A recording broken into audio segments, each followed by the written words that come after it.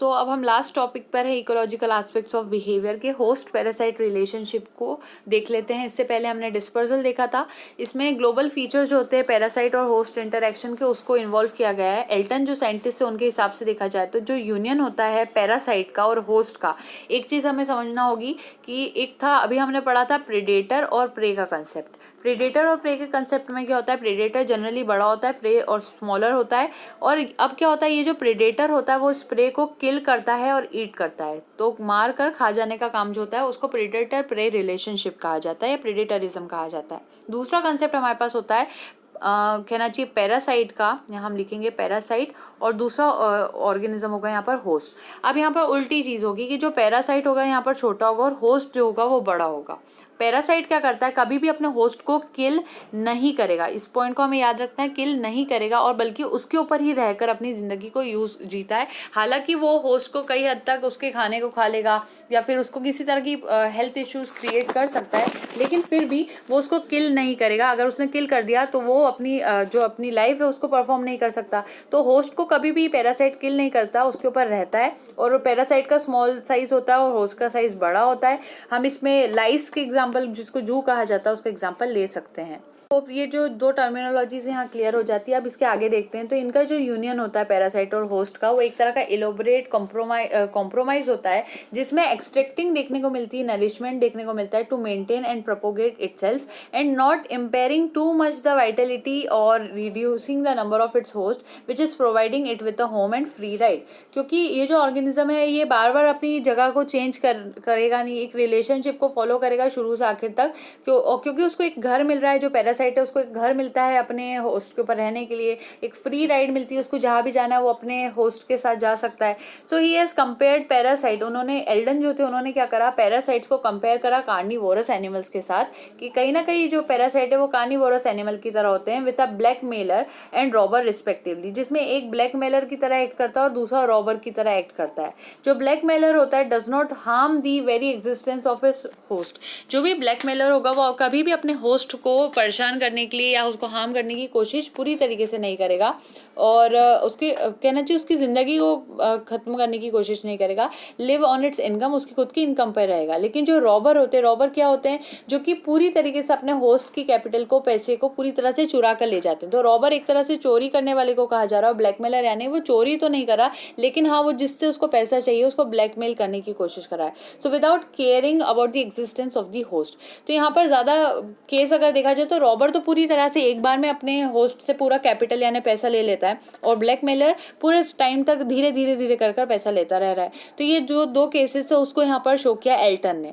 So same is the case with parasite and carnivorous animal. Same जो case है उन्होंने parasite और carnivorous animals में देखा। जो आइडियल पैरासाइट होता है, एक अच्छा पैरासाइट वो होता है that which does not harm host up, जो अपने होस्ट को बुरी तरीके से हार्म नहीं करता है, to such an extent that host may die, इतना ज़्यादा उसको परेशान नहीं कर देगा कि उसका होस्ट वहाँ पे उसकी डेथ हो जाए। बिकॉज इफ होस्ट डाइज, क्योंकि अगर उसका होस्ट ही मर जाएगा तो जो पैरासाइट होगा वो भी मर जाएगा, उसके पास भी कुछ नहीं बचेगा, क्योंकि अगर होस्ट है तो उसकी फिर आगे लाइफ चल रही है। तो इन चीज़ों को होस्ट पैरासाइट रिलेशनशिप कहा जाता है। इसको थोड़ा कॉम्प्लिकेटेड वे में यहाँ पर नोट किया था, लेकिन हमने इसको समझ लिया है कि होस्ट और पैरासाइट में होस्ट हमेशा अपने कहना चाहिए बड़े साइज के हो सकते हैं और पैरासाइट छोटे साइज के, क्योंकि पैरासाइट कभी होस्ट को नहीं मारेगा।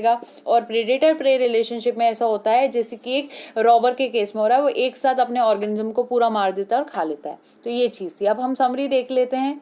समरी को आप कंक्लूजन की तरह लेंगे, एंड ये एक तरह का बोनस पॉइंट होता है। समरी भी एक तरह से कंक्लूजन होती है। तो हम लोग अगर जो फॉलो करते हैं जिस तरह का सिनॉप्सिस, तो उसमें कंक्लूजन मेनली आना चाहिए लास्ट में। तो ये कंक्लूजन ही आप उसको रिगार्ड करेंगे।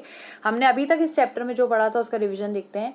जो इकोलॉजिकल एस्पेक्ट्स ऑफ बिहेवियर होती है, इसमें आप रिलेशनशिप्स को देखते हैं between behaviour of a species और एनवायरमेंट। तो एक ऑर्गेनिज्म का बिहेवियर और एनवायरनमेंट, इनके बीच में जो रिलेशनशिप होती है from the evolutionary point of view, इसको इकोलॉजिकल एस्पेक्ट्स ऑफ बिहेवियर में देखा जाता है। जो सर्टन स्पीशीज होती है एनिमल्स की, वो सर्टन हैबिटेट्स में रहती हैं, अलग अलग घर पर रहती है। उसको सिलेक्ट करने के लिए हैबिटेट सिलेक्शन हमने पढ़ा था। फिर हमने फोरेजिंग देखी थी, जिसमें कि खाना खाने की प्रोसेस, जो ऑप्टिमल फोरेजिंग थ्योरी होती है उसको देखा था। लोकेटिंग करना, फूड को सिलेक्ट करना, फूड की गैदरिंग करना, फूड का कैप्चर करना, ये सभी इसमें था। इसमें हमने कॉस्ट बेनिफिट रिलेशनशिप देखी कि अगर जो कॉस्ट है वो अगर ज़्यादा है, बेनिफिट अगर कम है, तो ऑर्गेनिज्म उस दूसरे ऑर्गेनिज्म की तरफ नहीं जाएगा, और अगर कॉस्ट कम है, बेनिफिट ज़्यादा है, तो डेफिनेटली वो उस चीज़ को ट्राई करेगा और उसकी तरफ आगे बढ़ने की कोशिश करेगा।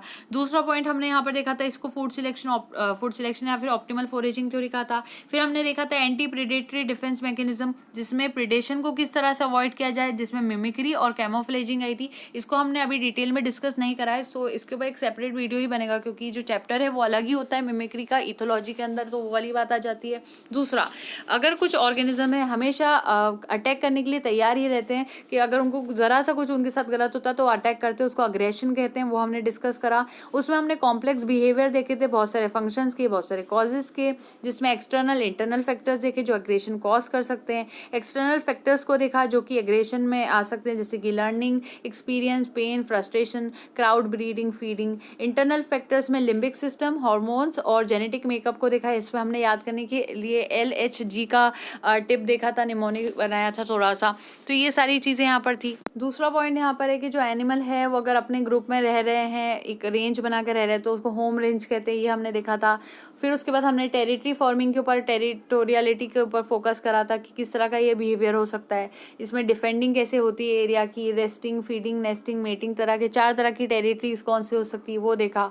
फिर उसके बाद हमने अगर एक होम बेस है वो अच्छे से एस्टेब्लिश्ड है, उसको छोड़ के ऑर्गेनिज्म नई जगह पर जा रहा है, उसको हम डिस्पर्सल कहते हैं, ये देखा, जिसमें हमने बेल्डिंग्स की ग्राउंड स्क्विरल पे बहुत ज़्यादा फोकस किया, जो कि अपनी लाइफ को किस तरह से परफॉर्म करती है वो सब देखा। उसके बाद हमने लास्ट पॉइंट में ये देखा, लास्ट जो था उसमें हमने होस्ट पैरासाइट रिलेशनशिप देखी, जिसमें पैरासिटिज्म के ऊपर हमने फोकस करा और किस तरीके से पैरासाइट अपने होस्ट को नहीं मारता, उसका बेनिफिट लेता है, रॉबर, ब्लैकमेलर का केस देखा। और इस तरह से पूरा चैप्टर यहाँ कंप्लीट होता है, जो कि इकोलॉजिकल एस्पेक्ट्स ऑफ बिहेवियर था। यहाँ कुछ क्वेश्चन है लास्ट में, तो we are not concern with that अभी अगर हम देखें तो, लेकिन हमारा पूरा चैप्टर यहाँ कंप्लीट होता है। So thank you so much, and don't forget to like, share and subscribe. Happy learning, and stay tuned for the next other videos which we will be uploading for the ethology, animal behavior, or any other topic you can also recommend in the comment section below. Thank you so much.